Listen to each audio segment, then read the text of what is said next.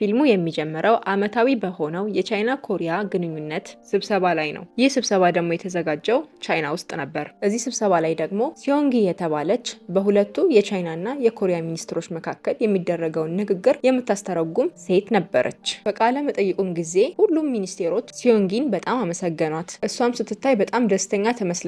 ነገር ግን ውስጧ ላይ ብዙ ሀሳብ የሆኑባት ነገሮች ነበሩ። ይህ የሲዮንጊ የመጀመሪያ ቀን ነበረ። በጣምም ደንግጣና ፈርታ ነበረ። ከስብሰባው በኋላም ራሷን ለማረጋጋት ወደ መጸዳጃ ቤት ሄዳ ራሷን ማረጋጋትና ማዘጋጀት ጀመረች። በመሃልም አጎታ ከሆነው ጆአንቤ ስልክ ተደወለላት። እሱም ላለፉት 10 ዓመታት ሲፈልጉት የነበረውን ሰውዬ በመጨረሻ እንዳገኘው ነገራት። ይህንንም ስትሰማ ድንጋጤዋ በጣም ጨመረና ትልቅ የሆነውን ስብሰባ ለቃ እየሮጠች ወጣች። በቀጣይ ትዕይንትም ወደ ኋላ ይወስደንና በ1993 ኢንቾን የምትባል ኮሪያ ውስጥ የምትገኝ ከተማ ውስጥ ይወስደናል። እዚህ ከተማ ውስጥም ዱንሷክና ጆንቤ የሚባል ሁለት ከወታደር ቤት በጡረታ የወጡ ሰዎችን እንመለከታለን። እነዚህ ሁለት ሰዎች በአሁኑ ሰዓት አንድ የገንዘብ ተቋም ውስጥ አራጣ ሰብሳቢ ሆነው በመስራት ላይ ይገኛሉ። እነዚህ ሁለት ሰዎች በአቅራቢያቸው ምንም አይነት ቤተሰብ የሌላቸው ናቸው። ቀደም ባለ ስራቸውም ወታደር ቤት እያሉ ምንም አይነት ዘመድ ስለሌላቸው ሁልጊዜም ቢሆን አብረው ነበር የሚኖሩት። ከመካከላቸውም ዱሳክ በጣም ኃይለኛና ነገሮችን በራሱ መንገድ ማድረግ የሚፈልግ ሲሆን ጆንቤ ደግሞ ትዕዛዝ ተቀባዩ ነበረ። አንድ ቀንም በመንገድ ላይ እየሄዱ ያለ የነሱ ደንበኛ የሆነችውን ሚያንዣን ከርቀት ያዩታል። ሚያንዣም ቲያኒ የምትባል 9 ዓመት ልጅ ነበረቻት። መንገድ ላይ ስትመለከታቸውም ለማምለጥ መሮጥ ጀመረች። ምክንያቱም ላለፉት 2 ወራት ከሁለቱ የነበረባትን ዕዳ መክፈል አልቻለችም ነበረ። ከዛም ግን ብዙም ሳይቆይ ዱሳክና ጆንቤ ያዟት። እነሱም የተበደረችውን $750 እንድትመልስላቸው ጠየቋት። ሚያንዣም 2 ወር ሙሉ ሳትከፍል የቀረችበት ምክንያት ባሏ ስለሞተና በሚቀጥለው 1 ወር ውስጥ ዕዳዋን ከፍላ እንደምትጨርስ ነገረቻቸው። ከዛ ዱሳክ በድንገት ልጇን ቀማትና ዕዳዋን በሙሉ ከፍላ ስትጨርስ ሲዮንጊን እንደሚመልስላት ነገራት። ሚያንዣም ልጇን እንዲመልሱላት ብትጠይቃቸውም ማንም ግን ሊያስመልስላት አልቻለም። እንደ ማስያዣ ትሆነኛለች ብሎ ዱሳክ ይዟት ሄደ። ይህ ከተፈጠረ በኋላ ሚያንዣ ባለቤቷ ይሰራባት ወደ ነበረው ጋራዥ ሄደች። ባለቤቱንም የተወሰነ ገንዘብ እንዲሰጣት ስትጠይቀው መስጠት እንደማይችል፣ ለዚህም ደግሞ ምክንያቱ ከቻይና በህገወጥ መንገድ የመጣች ህገወጥ ስደተኛ ስለሆነች እንደሆነ ነገራት። እዚህ ጋር የምንረዳውም ሚያንዣ ከቻይና ወደ ኮሪያ በህገወጥ መንገድ የመጣችና ህይወቷን ኮሪያ ውስጥ ለማሻሻል እየሞከረች ያለች ሴት እንደሆነች ነው። በተጨማሪም ደግሞ የጋራዡ ባለቤቷ ከሌላ ሴት ጋር እንደጠፋና እሷም ይህንን ተመሳሳይ ድርጊት እንድታደርግ መክሯት ጥሏት ሄደ። በሌላ ትዕይንት ትንሿ ሲዮንጊ መኪና ውስጥ ሆና እያለቀሰች እንመለከታለን። ዱሳክም ጸጥ እንድትል መኪና ውስጥ የሚተንጠለጠለውን አሻንጉሊት አንስቶ ይሰጣታል። ሲዮንጊ ግን እናቷ በጣም ስለናፈቀቻት ማልቀሷን አላቋረጠችም። በሌላ በኩል ሚያንዣ ወደ ህዝብ ስልክ ሄዳ መደወል ጀመረች። ስልክ ደውላ እርዳታ እየጠየቀችው ያለውን ሰው እንድትረጋጋና ነገውኑ ብር እንደሚልክላት አሳወቃት። ተረጋጋችና ለዱሳክ ደወለችለት። ነገውኑ ብሩን እንደምትሰጠውና ልጇን እንዲለቅላት ጠየቃችው። እንደጨረሰችም ከህዝብ ስልክ መደወያው ስትወጣ 2 ፖሊሶች ፊት ለፊት አገኟት። እነሱም ህገወጥ የቻይና ስደተኛ መሆኗን ነግረዋት ወደ ፖሊስ ጣቢያ ወሰዷት። በቀጣይ ትዕይንትም ዱሳክ ለህፃኗ ሲዮንጊ ማረፊያ የሚሆናትን ክፍል እያሳያትና እዚህም እንቅልፏን መተኛት እንደምትችል ይነግራታል። ዣንቤም ሚያንዣ ወደ ፖሊስ ሄዳ ልጇን እንደሰረቁባት ብትናገር ምን ማድረግ እንደሚችሉ ሲጠይቀው ዱሳክ ሚያንዣ ይህን ማድረግ እንደማትችል ምክንያቱም ህገወጥ የቻይና ዜጋ በመሆኗ ይህንን ማድረግ እንደማትችል ያስረዳዋል። በቀጣይ ቀን ዱሳክና ዣንቤ ወደ ቢሯቸው ይመለሳሉ። አለቃቸውም ልጅቷን ማገት እንደሌለባቸውና ያበደሩትን አራጣ እንዲሰበስቡ ያስጠነቅቃቸዋል። በነጋታውም ሲዮንጊን ለመመለስ ወደ እናቷ ቤት ይሄዳሉ። ነገር ግን ትራፊክ በጣም ስለተጨናነቀ መንገድ ይዘጋባቸውና ይቆማሉ። የመኪና መጨናነቁን እንደ ጥሩ አጋጣሚ የተጠቀመችው ሲዮንጊ ከመኪናዋ አምልጣ ትወጣለች።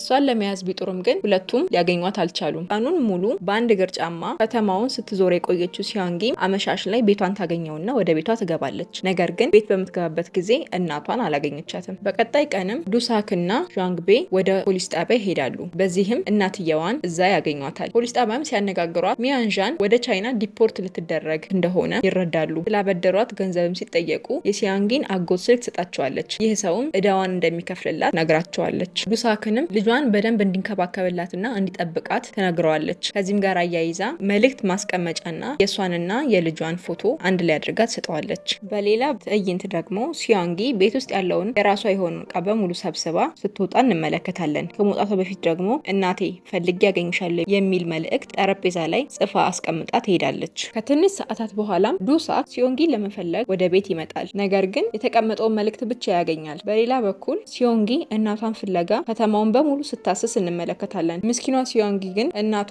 ከተማውን ብቻ ሳይሆን ሀገሩንም ጥላው መውጣቷን አታውቅም ነበረ። ቀኑን ሙሉ ስትፈልግ የዋለችው ሲዮንጊ አመሻሽ ላይ ወደ አንድ ጨለምለም ያለ ቦታ እየሄደች እንመለከታለን። እንደ ድንገት ግን አንድ መንገድ ላይ ያለ አስቸጋሪ ሰው ሊጠልፋት ይሞክራል። ከዛም ግን ቤት መጣ ያልተባለው ዱሳክ ሲያስጥላት እንመለከታለን። ዱሳክም እናቷ ሀገር ጥላ እንደወጣች ሲነግራት ሲዮንጊ ምርር ብላ ታለቅሳለች። ይህንን ያየው ዱሳክም ሲዮንጊ እጅግ በጣም ታሳዝነዋለች። አጎቷ መጥቶ እስኪወስዳት ድረስም እሱ ጋር እንድትሆን በሚል ይወስዳታል። ሲዮንጊም ከዱሳክና ከዣንግቤ ጋር ለረጅም ጊዜያት አብራ ትቆያለች። በመሀልም አንድ ቀን ለዱሳክ ስልክ ይደወልለታል። አጎቷ ነበረ። በነጋታው መጥቶም ሲዮንጊን እንደሚወስዳት ለዱሳክ ይነግረዋል። አጎቷ መጥቶ እስከሚወስዳት ድረስ ግን ሲዮንጊና ሁለቱ ወንዶች በጣም ተግባብተው ነበረ። እንደ ልጅም ያዩዋት ነበረ። የመሄጃ ቀኗ ሲደርስም ለሲዮንጊ ሂደው ቆንጆ ልብስ ይገዙላታል። ወደ ቤት በሚመለሱበት ሰዓትም ሲዮንጊ ለዱሳክ ፓርክ ሲዮንቦ የሚል ቅጽል ስም ትሰጠዋለች። ምሽት ላይም ዣንቤ ለስንብት የሚሆን ኬክ ገዝቶ መጣ።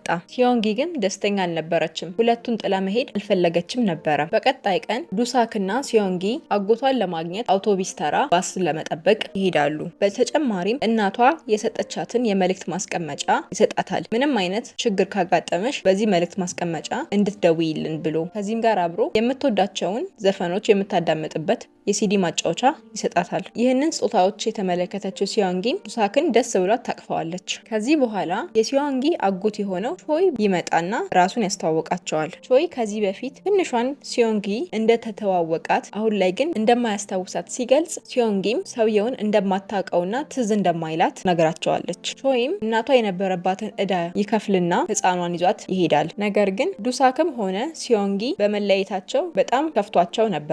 በቀጣይ ትዕይንት ዱሳክ ሲዮንጊ በጣም እየናፈቀችው ምንም አይነት የዕለት ተዕለት ስራውን ማከናወን እየተቸገረ እንደሆነ ለጆንቤ ይነግረዋል። ዣንቤም ስልክ ደውሎ መልእክት እንዲያስቀምጥላት ይነግረዋል። ዱሳክ ግን አይ ችግር የለውም ብሎ ዝም ይላል። በስተመጨረሻ ግን ዱሳክ ያለ የሌለውን ኃይሉን አሰባስቦ ለሲዮንጊ ይደውልላታል።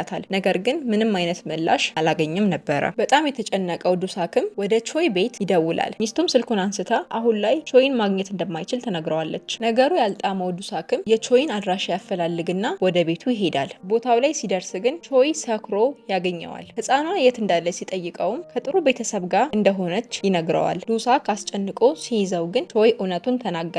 ለማይረባ $300 እንደሸጣት ነገረው። ነገር ግን ሲዮንጊ የት እንዳለች አላወቀም ነበረ። በጣም የተናደደው ዱሳክም ቾይን ይመታውና የሲዮንጊን እቃዎች በሙሉ ሰብስቦ ይወስዳል። በሌላ ትዕይንት አንዲት የሰከረች ሴትዮ ከእንቅልፏ ተነስታ ውሃ እንዲሰጣት ትጠይቅ እንመለከታለን። በሚገርም ሁኔታ ውሃውን የምታቀብላት ህፃኗ ሲዮንጊ እንደሆነ እናያለን። ቦታውም ባር ነው። አጎቷ ቾይ ለዚህ ባር ነበረ ህፃኗ ሲዮንጊን የሸጣት። እዚህ ቦታም ሲዮንጊ ቤት በመጥረቅ ሽንት ቤት በማጽዳት እንዲሁም የተለያዩ የጽዳት ስራዎችን በመስራት ከሴተኛ ዳሪዋ ትዕዛዝ በመቀበል ስታገለግላት እንመለከታለን። ሲዮንጊም እነዚህን ከባባድ ስራዎች ምንም ሳታጉረመርም ትሰራ ነበረ። ከስራ በኋላም ሲዮንጊ ስልክ ትሰርቅና ክፍሏ ገብታ ለእናቷ ትደውላለች። በዚህም እናቷ መታ እንድትወስዳት መልእክት ታስቀምጥላታለች። በሌላ በኩል ደግሞ ዱሳክ የሲዮንጊን ቦርሳ እየከፋፈተ እንመለከታለን። ከዛም ሰጥቷት የነበረውን መልእክት ማስቀመጫ ያገኛል። ሲዮንጊ ያስቀመጠችውን መልእክት ይከፍተዋል። መልእክቷን ካዳመጠ በኋላም ወዲያውኑ ስልክ ይደውልና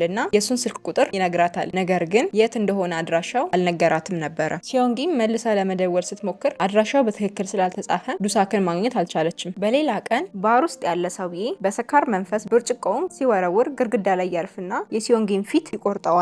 በዚህ አደጋ የተጎዳችው ሲዮንጊንም ወደ ሆስፒታል ከመውሰድ ይልቅ ባር ውስጥ ያለችው ሴተኛ ዳሪም በሜካፕ ቁስሏን ለመሸፈን ትሞክራለች። በሌላ በኩል አድራሻውን በትክክል እንዳላከላት ትዝ ያለው ዱሳክ በድጋሚ ለሲዮንጊ የስልኩ አድራሻ የት እንደሆነ የሚገልጸውን መልእክት ያስቀምጥላታል። ከትንሽ ሰዓታት በኋላም ሲዮንጊ መልእክቱን ስላየችው ልሳ ደወለችለት። በጣም እያለቀሰችም ቡሳን አካባቢ የሚገኝ ባር ውስጥ እንዳለችም ትነግረዋለች። ዱሳክም ቶሎ እንደሚደርስላት ነግሯት ስልኩን ይዘጋውና ወደዛ ያመራል። ዱሳክና ጃንግቤ ባሩ ጋር ሲደርሱም ሲዮንጊን ያገኟታል። በመስኮት በኩልም ሲመለከቷት በጣም ተጎድታ አዩት። ምንም ሳያቅማማም ዱሳክ መስታወቱን ሰብሮ ከቦታው አስወጣት። ከዛም የቤቱ ባለቤት የሆነችውን ሴትዮም አንገቷን አንቆ ሲዮንጊን እንደሚወስዳትና ለዚህም ደግሞ እዳውን እንደሚከፍል ነግሮ ብሏት ይሄዳል። ከዚህ በመቀጠል ዱሳክ ሲዮንጊን ወደ ሆስፒታል ይወስዳታል። የሆስፒታል ወጪዋንም ለመሸፈን መኪናውን ሽጦ ያሳክማታል። ሲዮንጊ ከዳነች በኋላም ዱሳክ ወደ ትምህርት ቤት ይወስዳታል። ነገር ግን የትምህርት ቤቱ ርዕሰ መምህር ትምህርት ቤት መግባት እንደማትችል ይነግራታል። ምክንያቱም ደግሞ ኮሪያዊ ስላልሆነች ነበረ። ሌላ የተሻለ አማራጭ ያላገኘው ዱሳክ ሲዮንጊን በማደጎ እንዲያሳድጋት ይሆናል። በዚህም ህጋዊ አባቷ ይሆንና እሷን ማሳደግ ይጀምራል። ይህንም ተከትሎ ሲዮንጊ እንደ ኖርማል ሰው ከጃንቤና ከዱሳክ ጋር አብራ መኖር ትጀምራለች። ትምህርቷንም በአግባቡ መከታተል ጀመረች። ጥሩ ውጤትም ታመጣ ነበረ። ጊዜያትን በተቆጠሩ ቁጥር ከህፃን ልጅ ወደ ትልቅነት እያደገች መጣች። አሁን ላይ ኮሌጅ ውስጥ የቻይና ቋንቋ ተማሪ ሆነች። አንድ ቀን ዱሳክ ሲዮንጊን ለመሸኘት በሞተር ይመጣል። በዛ ሰዓት ደግሞ የሲዮንጊ እናት በቦታው ነበረች። ልጇን በድብቅ እያየቻትም ነበረ። ነገር ግን ሲዮንጊ ከዱሳክ ጋር በሞተር ስትሄድ አየቻትና ሳታገኛት ቀረች። ለዚህ ደግሞ ምክንያቷ ልጇ ደስተኛ የሆነ ኑሮ እየኖረች ስለሆነ ነበረ። በሌላ ትዕይንት ዱሳክ በጣም ተጨንቆ እንመለከታለን። አንድ ቀን ማታ ከወትሮዋ ባልተለመደ መልኩ ታመሻለች። ከዛም የቤታቸው በር ይንኳኳና አንድ ጎረምሳ ሲዮንጊን አዝሏት ወደ ውስጥ ይገባል። ሲዮንጊንም ካስተኛት በኋላ ሰውየውን ይጠይቁታል። ቁጭ አድርገውም ሲያናዝዙት በጣም ጥሩ ልጅ እንደሆነና በቅርቡም ዶክተር እንደሚሆን ይረዳሉ። በዚህም ልጁን አመስግነው ያሰናብቱታል። ከትንሽ ቆይታ በኋላም ለዱሳክ ስልክ ይደወልለታል። የሲዮንጊ አያት ነበረች። እሷም የሲዮንጊ እናት በጣም ስለታመመች ወደ ቻይና ሄደው እንዲጠይቋት ትነግራቸዋለች። ይህንን ሲሰሙም ጊዜያቸውን ሳያባክኑ ዱሳክና ሲዮንጊ ትኬት ቆርጠው ወደ ቻይና ይሄዳሉ። እናትና ልጅም ሲገናኙ ተቃቅፈው ስቅስቅ ብለው አለቀሱ። በመቀጠልም ሚዮንዣ ዱሳክን ተንበርክካ ይሄን ሁሉ ዓመት ልጇን ስለተንከባከበላትና በጥሩ ሁኔታ ስላሳደገላት አመሰገነችው። ዱሳክም ሚዮንዣ በጣም መታመሟንና በህይወት የምትቆይበት ጊዜም ጥቂት መሆኑን ተረዳ። ወደ ኮሪያ ከመመለሳቸው በፊትም ሲዮንጊን ከአባቷ ጋር እንዲያገናኝላት ጠየቀችው። ወደ ቤታቸው ከተመለሱ በኋላም አንድ ቀን ሲዮንጊ በር ላይ የአባቷን ጫማ ተመለከተች። ጫማውም አልቆበት ነበረ። ስለዚህ ቆንጆ ጫማ ልትገዛለት ቃል ገባች። ስራ መጀመር እንዳለባትም ወሰነች። ለአባቷ ዱሳክ ግን የነገረችው የትምህርት ቤት ትሪፕ ወይም ሽርሽር እንደሄደች ነበረ። ስራዋን ሰርታ ገንዘብ ካገኘች በኋላም አሪፍ የሚባለውን አይነት ጫማ ገዛችለት። በሌላ በኩል ደግሞ ዱሳክ የሲዮንጊን ወላጅ አባት እያፈላለገላት እንመለከታለን። በሚያፈላልግበት ሰዓት ግን ጭንቅላቱ ላይ ጥሩ ያልሆነ ስሜት እየተሰማው እናያለን። እሱ ግን ከምንም አልቆጠረውም ነበረ። አባቷን ማፈላለግ ተያያዘው። አባቷን አፈላልጎም በስተመጨረሻ አገኘው። ነገር ግን የሲዮንጊ ወላጅ አባት ሚስት ያገባና አንድ ልጅ እንዳለውም ተረዳ። ቢሆንም ግን ለእናቷ የገባው ቃል ስላለ ሲዮንጊን ከወላጅ አባቷ ጋር እንድትገናኝ አደረገ።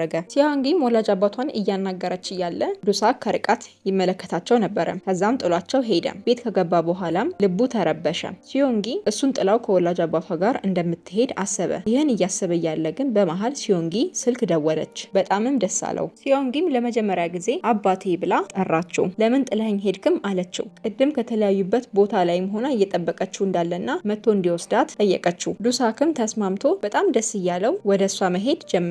መንገድ ላይ እያለም አይኑ በጣም ብዥ አለበት። ከዛም የሚነዳው ሞተር ሳይክል ተገለበጠና ወደቀ። ሁኔታውን ያላወቀችው ሲዮንጊ ግን ቁጭ ብላ እየጠበቀችው ነበረ። ከዚህ በመቀጠልም ፊልሙ ወደ አሁኑ ጊዜ ይመለሳል። ሲዮንጊም መኪና ውስጥ ከጆንቤ ጋር እንመለከታታለን። ሁለቱም ዱሳክን ላለፉት 10 ዓመታት እያፈላለጉት ነበረ።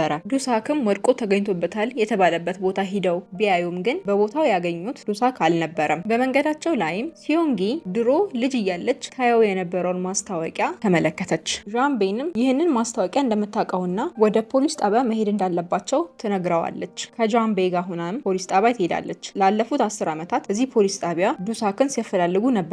ነገር ግን አደጋው በተከሰተበት ጊዜ ፓርክ ሲዮንቦ የሚባል ሰውዬ በዛን ቀን ወደ አእምሮ ህሙማን ተቋም እንደገባ ይነግራታል። ጊዜያቸውንም ሳያባክኑት ወደዚህ ተቋም ያመራሉ። ከተቋሙ አስተዳደር ጋርም ሲነጋገሩ ዱሳክ እዛ እንደሚገኝ ይረዳሉ። ዱሳክም በአእምሮ በሽታ እንደተጠቃና መናገር እንደማይችል ነገር ግን 2 ቃላቶችን ብቻ መጻፍ እንደሚችል ይነግራቸዋል። እነዚህ ቃላቶችን የሚጽፍበትን ዲያሪም ተቀብለው ሲያነቡ ፓርክ ሲዮንቦ እና ኳን የሚሉ 2 ቃላት ነበሩ። ፓርክ ሲዮንቦ የሚለውን ስምም ሲዮንጊ ልጅ እያለች ቅጽል ስም አድርጋ የሰጠችው እንደሆነ እንረዳለን። ኳን የሚለው ደግሞ ማስያዣ የሚል ሲሆን ህፃን እያለች ከእናቷ ወስዶ ብሯን እስክትመ እስክትመልስ ድረስ እንደ ማስያዣነት ተጠቅሞባት ስለነበረ ነበር። የተቋሙ ሰራተኛ የሆነውም ሰው ወደ ዱሳክ ይወስዳቸዋል። ከ10 ዓመታት በኋላም በድጋሚ ሶስቱም ይገናኛሉ። ሁለቱም ዱሳክን ሲያዩት በጣም አዝነው አለቀሱ። ዱሳክም በጣም አርጅቶ ነበረ።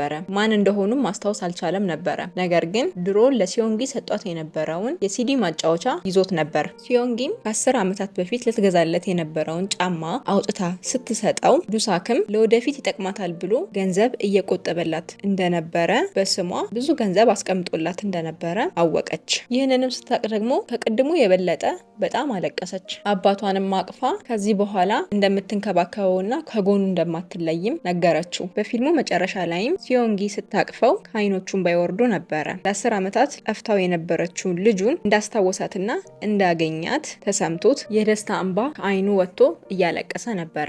የዛሬው የፊልም ትረካችን ይሄን መስል ነበረ። በቀጣይ እስክንገናኝ ሰብስክራይብ አድርጉ። ቻው።